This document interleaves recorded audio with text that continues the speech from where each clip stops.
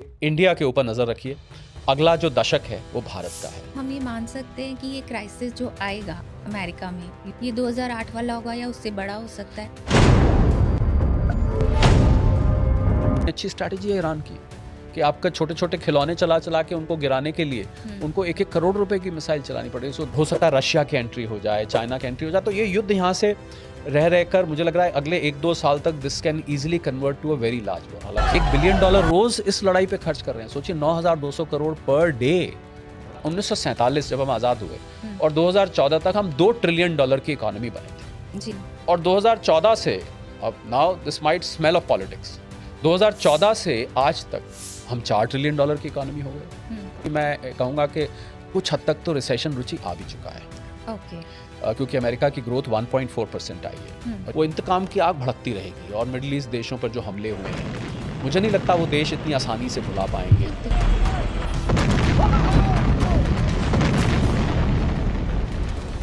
LPG की crisis की बात हो रही थी, फेक है, बट कल रात तक ये न्यूज़ कंफर्म हो गई कि एलपीजी क्राइसिस इंडिया में हो रहा है।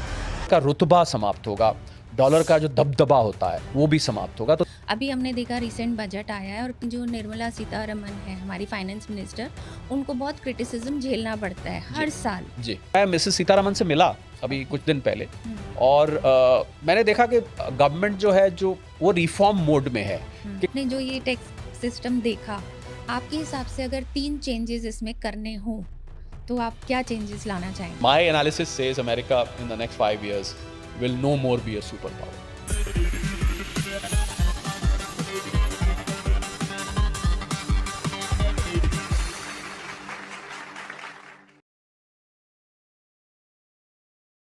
Welcome to you n I talk show sir. Thank you so much, Ruchi. You and I के सभी फॉलोअर्स, सब्सक्राइबर्स, व्यूअर्स को मेरे greetings. Thanks a lot sir, it's an honour for me कि आज आपके सामने बैठी हूँ और दुनिया की इकॉनमी पे बात करने का मुझे अवसर मिला, आप जैसे एक बड़े इकोनॉमिस्ट के No, साथ। it's a matter of pleasure and I hope आपके जो जितने भी फॉलोअर्स हैं उन सबको उनकी ज़िंदगी में कुछ बदलाव आएगा इसको सुनने के बाद। जी बिल्कुल। सर, तो आज मैं सबसे पहले आपसे एक वही सवाल पे बात करना चाहूँगी जो एक चर्चा का विषय बना हुआ है। सर, आज गोल्ड और सिल्वर एक लगातार चर्चा का विषय बना हुआ है। अगर हम सिर्फ 1 साल पीछे जाते हैं